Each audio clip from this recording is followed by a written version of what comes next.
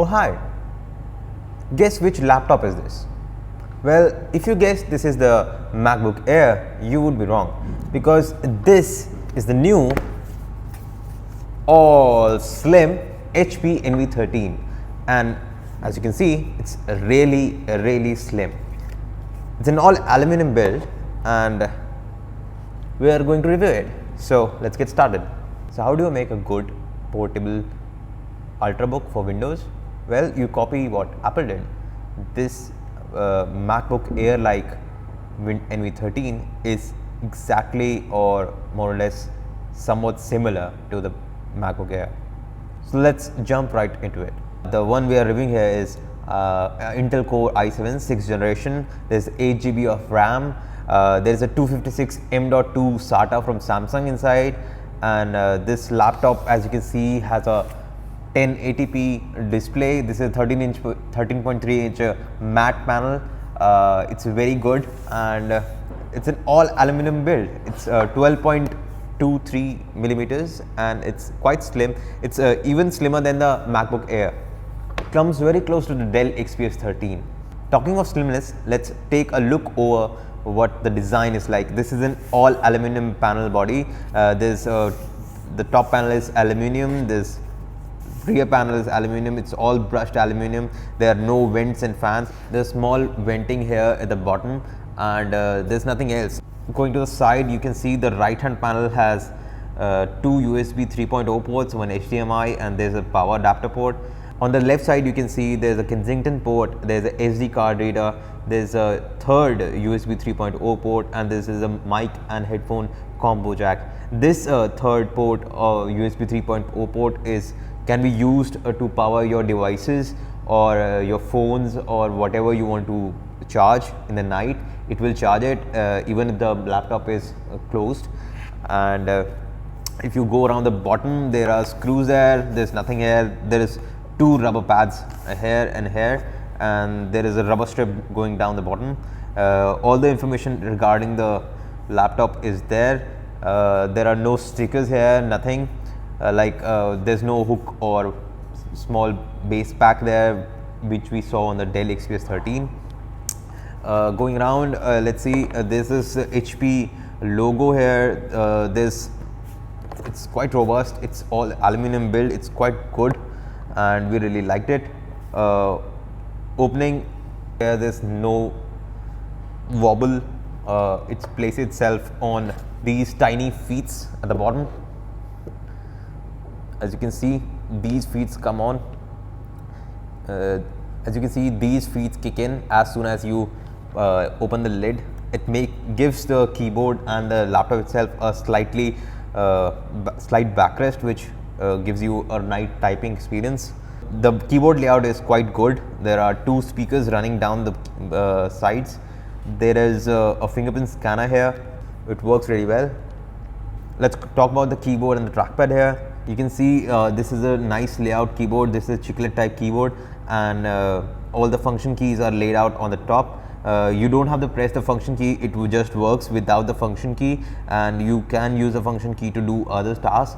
If you want to, the keyboard is backlit, so if you want to just turn on the backlit keyboard, just press it and it will do that without the function key. And you can use the volume on off button or turn the lights off as well.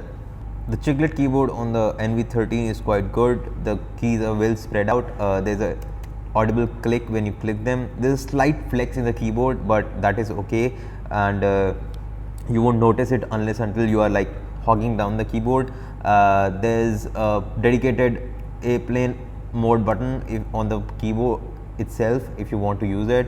We would have liked if the home button would have been on the top of the function keys, but it's not there. It's here in the bottom where the keyboard where the arrow keys are, and it's okay. It can be used with the function key, but the bottom line is you don't get the home key at the top of the bar. The enter key and the backspace button are well placed, and unlike any other Ultrabooks we have seen, this is a nice placement.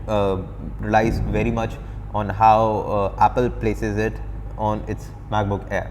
Coming down to the bottom, this is the nice trackpad HP has given to the NV13. This supports multi-touch and gestures, which are new to Windows 10, and you can also tap anywhere you want, and the bottom half will click and give you the left click wherever you want to do it. The right click won't work until you press the bottom half of the touchpad, but the left click works wherever you want to click on it. As you go on the side, there's this fingerprint scanner, and it works like a charm. You just have to set it up in the Windows menu itself, and you can lock apps from this fingerprint scanner as well. HP gives you that ability with that built-in software. There's two stereo speakers running alongside the keyboard. They are done by Bang & Olufsen. The sound quality is very good, but the loudness could have been better, and we would have liked if this could be more louder. But the thing is, it's a very slim and light laptop, so that would have to do for now. Maybe HP would give this a thought in the next iteration of the NV13. Talking about the performance of the laptop, this is a very well spec'd out laptop. It comes with a Core i7 and 8 GB of RAM, like I mentioned. It's very fast, and if you are using it for browsing or using it for play videos, even YouTube, multiple tabs open, it's just great. It just works all around and flows through everything. Even if you play little games like Trine or Dota 2, it will work just fine in 720p, or if you want to play in medium settings, it would do that and it will let you play them. The 1080p display is brilliant, and since it's a matte display, you can view almost everything in direct sunlight. It's beautiful. It has a very good color accuracy, and the viewing angles are nice on this laptop. You can view it from this angle or that angle. It will let you view it. It's very good. The display is only a 1080p panel, unlike the MacBook Air, which has a Retina display, 1440p and all. But it is a matte display, not a glossy one, and that makes a difference if you are viewing it or using it outside or in outdoors. Same goes with the battery life. The MacBook Air provides about 12 or 11 hours of battery life. This provides a little less. This is a 10 hours worth of battery life, and if you are using it on like less tabs or just for browsing, it will give you 11 hours of battery life between charges. And the charging time is also great, as it charges in just like 2 hours without any hassles. This is the top spec version of the NV13 with i7 and 8 GB of RAM, and a similarly spec Dell XPS 13 would cost more than that. Even the MacBook Air, the top model of the MacBook Air, would cost 90,000 plus, and it doesn't get an i7 processor, or 6th gen i7 processor to be precise. But the MacBook Air does come with an Iris graphic card, and which will give you better graphics in comparison to this one, which comes with only a Intel 520 GPU. Apart from that, this is a very good machine and a very likable candidate if you are going out to buy an Ultrabook. So if you're in the market to buy a Windows Ultrabook, then this and the Dell XPS 13 should be your only choices, as these are the best machines in the Ultrabook department which are to be considered. There is the HP Spectre X360 as well, but it is slightly costly, and compared to the Lenovo ThinkPad Carbon, this is a much better, much spec and much more affordable device. So how do you like the HP NV13? Please let us know in the comment section below, and for more videos on tech, subscribe to Digit.in.